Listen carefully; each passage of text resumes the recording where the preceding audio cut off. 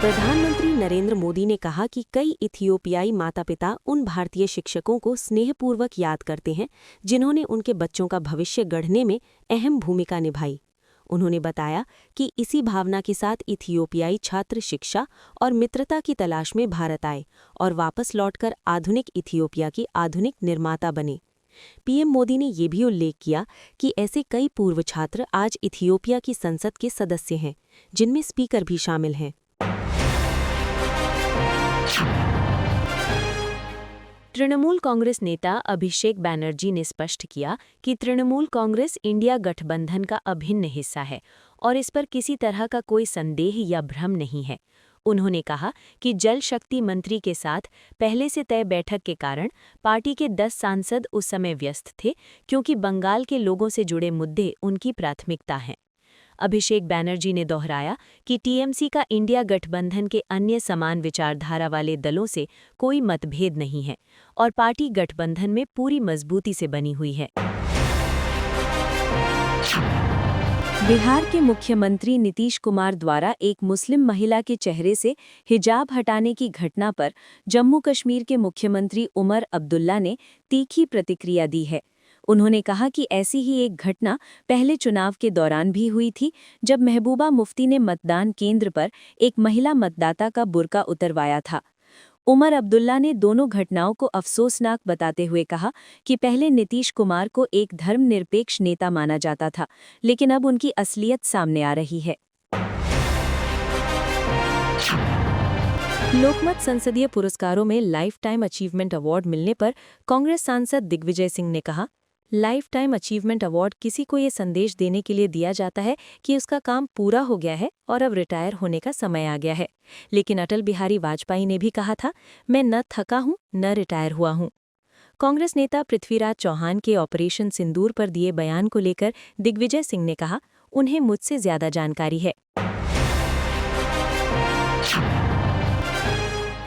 महाराष्ट्र के पूर्व मुख्यमंत्री पृथ्वीराज चव्हाण द्वारा ऑपरेशन सिंदूर और भारतीय सेना को लेकर दिया गया बयान तीखे विवाद का कारण बन गया है। इस बयान को घोर निंदनीय बताते हुए कहा गया है कि सेना की क्षमता पर सवाल उठाना और माफी से इनकार करना देश के मनोबल पर सीधा आघात है।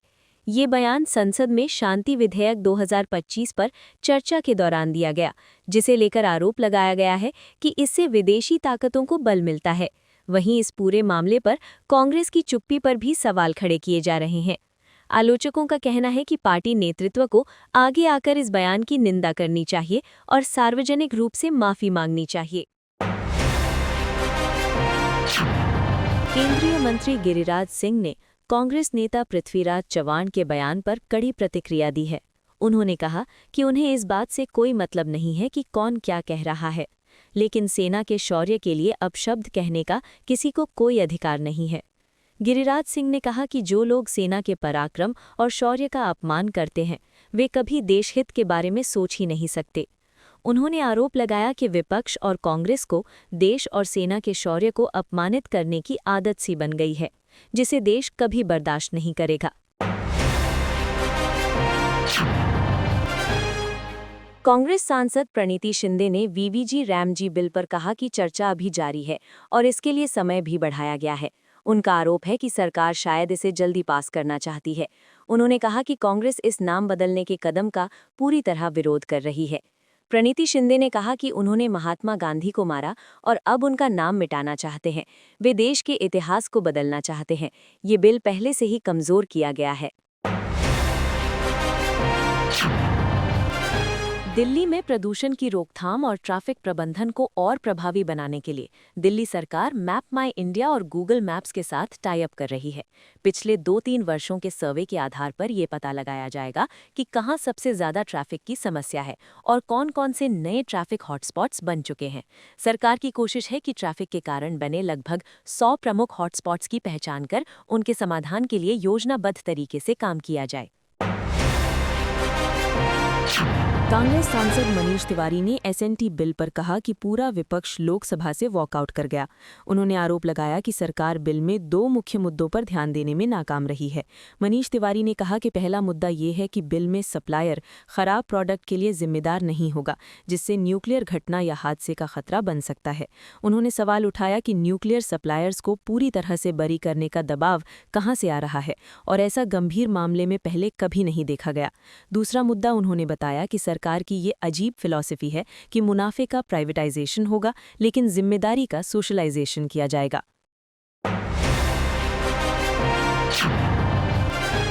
मुख्यमंत्री योगी आदित्यनाथ ने उत्तर प्रदेश में पुलिस और सुरक्षा बलों के जवानों की बेहतर आवासीय व्यवस्था के लिए बहुमंजिला बैरकों के निर्माण कार्य की जानकारी साझा की है। उन्होंने बताया कि कुल 33 वाहिनियों में से 31 वाहिनियों में 200 जवानों के रहने के लिए G+11 बहुमंजिला बैरकों का निर्माण तेजी के साथ आगे बढ़ रहा है। योगी आदित्यनाथ ने कहा कि सुरक्षा बलों की भौतिक सुविधाओं में सुधार और उन्हें आधुनिक सुविधाओं से लैस करना उनकी सरकार की प्राथमिकताओं में शामिल है।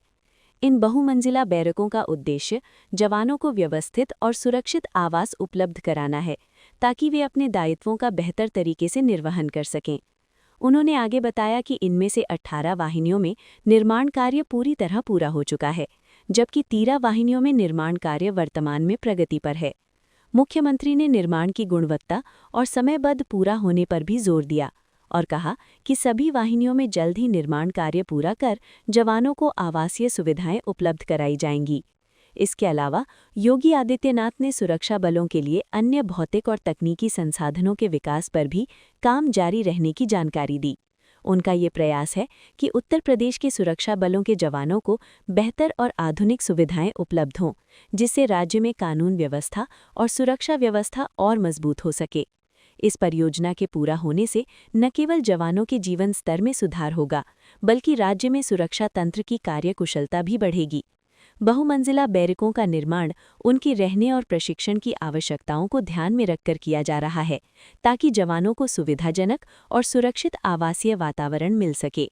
ये परियोजना राज्य सरकार की सुरक्षा और प्रशासनिक तैयारियों की प्रतिबद्धता को दर्शाती है और उत्तर प्रदेश को देश में सुरक्षा और आधुनिकता के मामले में अग्रणी बनाने में मदद करेगी।